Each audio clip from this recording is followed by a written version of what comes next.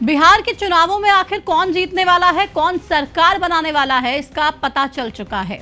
चुनावी नतीजों से पहले ही पार्टियों के घोषणा पत्र ने यह डिसाइड कर दिया है कि कौन सत्ता में आने वाला है और किसे जनता साइड करने वाली है। 6 नवंबर को बिहार में पहले चरण के लिए वोटिंग होगी और इससे पहले बिहार में सभी पार्टियों का मैनिफेस्टो जारी हो गया है। लेकिन किसका मैनिफेस्टो जनता को पसंद आ रहा है और किसका मैनिफेस्टो बिहार के लोगों के दिल में नहीं उतर पा रहा, ये जानना बेहद जरूरी हो जाता है, क्योंकि मैनिफेस्टो ही चुनाव परिणाम की दिशा और दशा को तय करता है। आज की इस वीडियो में बात बिहार चुनाव और पार्टियों के मैनिफेस्टो पर ही होगी। आपको एनडीए गठबंधन और महागठबंधन दोनों के चुनावी घोषणा पत्र का विश्लेषण करके बताएंगे और ये समझाएंगे कि मैनिफेस्टो जारी करते ही एनडीए गठबंधन की फजीहत क्यों होने लगी है और महागठबंधन ने इस बार जनता से क्या क्या वादे कर दिए हैं। नमस्कार, आपके साथ मैं हूं प्रतिमा दत्ता।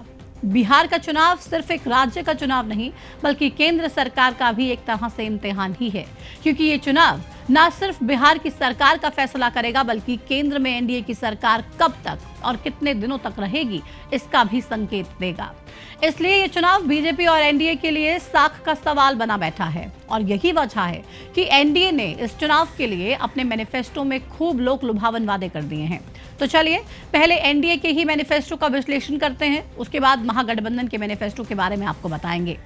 बिहार चुनाव के लिए एनडीए ने 69 पेजेस का संकल्प पत्र जारी किया है, जिसमें 25 वादे किए गए हैं। इस संकल्प पत्र के जरिए एनडीए ने बिहार में विकास, शिक्षा, रोजगार और महिलाओं के उद्धार का संकल्प लिया है। साथ ही ये वादा किया है कि सरकार बनने पर 5 साल में 50 लाख करोड़ रुपए का निवेश बिहार में लाया जाएगा। वहीं संकल्प पत्र में एनडीए का पहला संकल्प 1 करोड़ युवाओं को सरकारी नौकरी और रोजगार देने का है। दूसरा, स्किल सेंटर खोलने का है। तीसरा, बिहार स्पोर्ट्स सिटी और प्रमंडलों में खेलों के लिए सेंटर ऑफ एक्सीलेंस। चौथा, हर जिले में फैक्ट्री और 10 नए औद्योगिक पार्क का निर्माण। पांचवा, 100 एमएसएमई पार्क और 50,000 से ज्यादा कुटीर उद्यम। इसके अलावा एनडीए ने defence corridor, semiconductor manufacturing park स्थापित करने का भी वादा किया है। साथ ही महिलाओं के लिए भी मैनिफेस्टो में खूब वादे किए गए हैं। एक वादा महिला रोजगार योजना से महिलाओं को 2 लाख रुपए तक की सहायता राशि देने का भी है। वादा 1 करोड़ महिलाओं को लखपति दीदी बनाने का भी है। मिशन करोड़पति के जरिए महिला उद्यमियों को करोड़पति बनाने का भी वादा किया गया है। वहीं किसानों के लिए भी खूब वादे इस संकल्प पत्र में एनडीए ने किए हैं। वादा यह है कि किसान सम्मान निधि 6,000 से बढ़ाकर 9,000 रुपए की जाएगी। मछली पालकों को 4,500 से बढ़ाकर 9,000 रुपए की सहायता राशि दी जाएगी। सभी फसलों के लिए एमएसपी की गारंटी मिलेगी।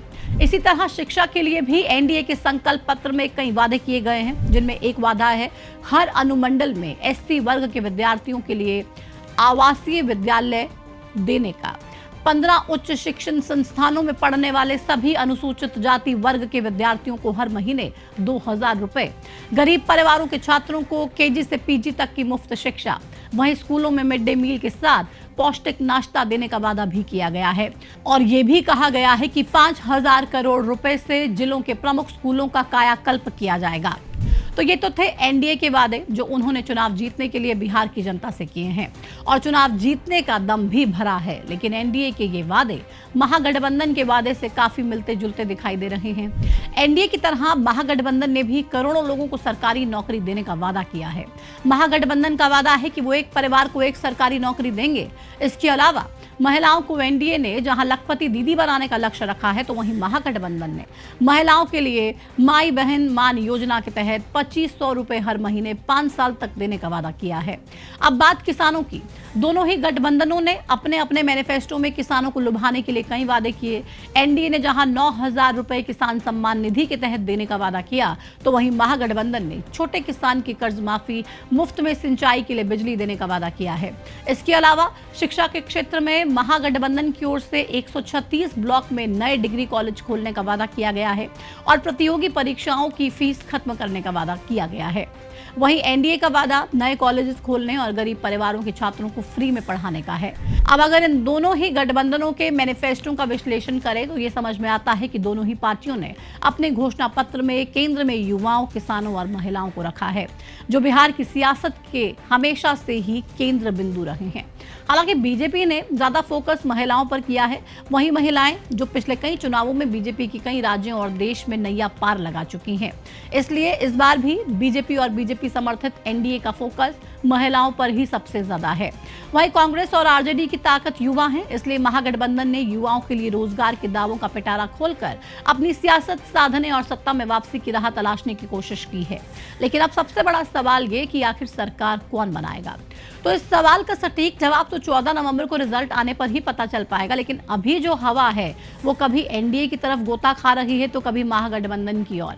हाँ, इतना जरूर है कि पिछली बार की तरह इस बार नीतीश कुमार ज्यादा मजबूत नजर नहीं आ पा रहे हैं।